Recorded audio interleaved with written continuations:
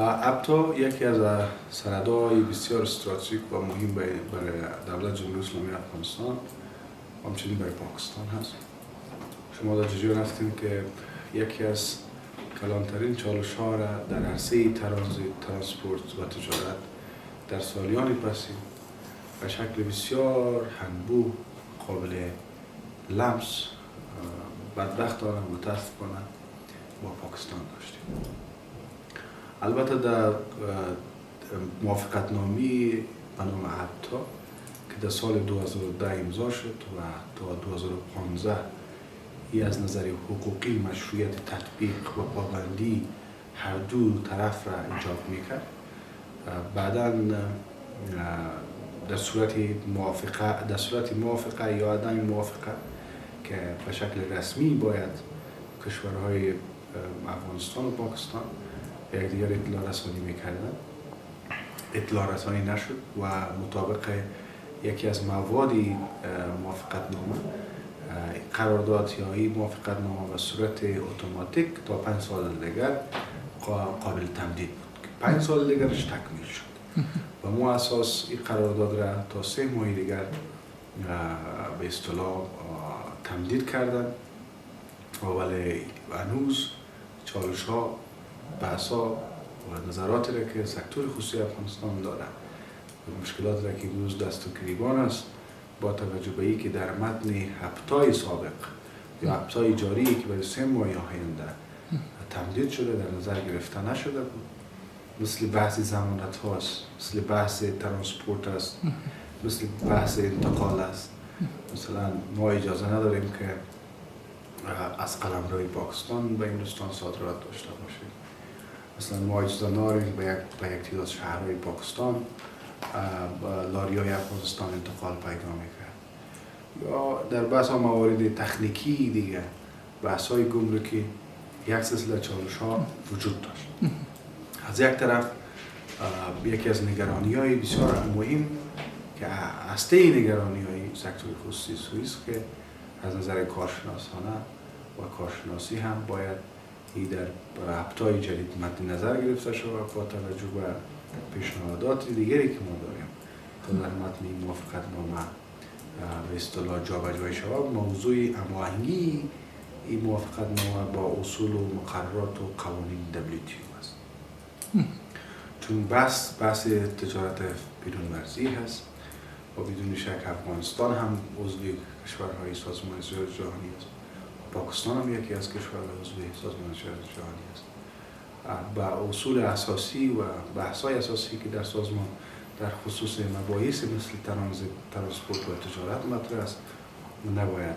نقض شود. بدون شک بحث تعدیل موافقتنامه یکی از خواستهایی است که سکتور خصوصی افغانستان داشته، اتاق تجارت داشته. در پهلوش حزم و اراده و هماهنگی حکومت هم وجود دارد. تیمی تشکیل شده و می‌هدف نماینده‌های سکتور خصوصی هم انشاءالله در او حضور چشمگیر خواهند داشت.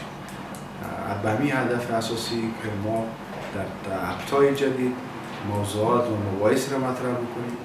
با توجه به تجارب قبلی از ابتای سابق، با توجه به چالش‌ها، مشکلات و دغدغه‌هایی که ایجاد کرده بود برای سکتور تجارت ترانسپورت افغانستان. بنابراین تا 3 ماه آینده که ابتا فعلا دوباره تمدید شده در جریان این 3 ماه شرکا، ادارات زراعت به صورت دست جمعی و مشارکتی روی طرح تعدیل ایجاد یک سلسله موارد جدید در متن موافقتنامه به احتمال زیاد حذف یک سری از مسائل که در چوکات WTO به اصطلاح هماهنگی و همنوایی نداره و همچنان تحلیل یک سلسله مسائل و مواردی که منجر شده باعث بد شدن وضعیت روابط تجارتی اقتصادی پرداخته میشه. البته نگفته نمونه که حتی بدون شک موافقتنامه یک سند اقتصادی هست که تعیین کننده فعالیت‌های اقتصادی دو طرف را به اصطلاح تسجیل کرده، اما بیشترین وقتی که عمیق‌تر و مسائل حتی نگاه شود شمعی از بحث و موضوعات سیاسی رایج نمیشه. ما میخوایم بیشتری را تبدیل بکنیم به یک سند واحد و جامع که تعیین کننده مسئولیت‌ها و جاهای و تعهدات طرفین باشه و یک کمک بکنه برای بهبود روابط اقتصادی و از یک طرف مشکلات و ناهنجاری‌ها و چالش‌هایی را که امروز سکتور خصوصی افغانستان به او دست و پنجه نرم میکنه هم مرفوع شود و بیشتر توقع ما است که در ابطال جدید تغییرات شگرف و قابل ملاحظه را شاهد باشیم. بحث‌ها از حالت جزئی و مختصر تبدیل شود به بحث‌های بسیار تفصیلی که هماهنگ با اصول و مقررات کلان تجارت در سطح بین‌المللی باشد. خب بدون شک زمانی که چوکات و اصول و بحث‌ها در هماهنگی با یا در مطابقت با اصول و مقررات قوانین WTO عیار شود، مطمئناً فردا در مقابل هر یک از این کشورها که پابند نباشند به تطبیق او تعهدات و جای و بحث‌هایی که مربوط خودشان است مطمئناً جوابگو هستند در پیشگاه سازمان تجارت جهانی، چون هم افغانستان و هم پاکستان عضو کشورهای ملحقه و سازمان تجارت جهانی است. بنابراین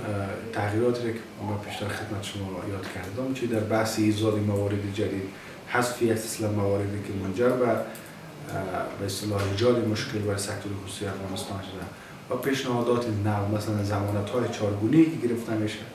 به یک نحو یا به یک قسم ضمانت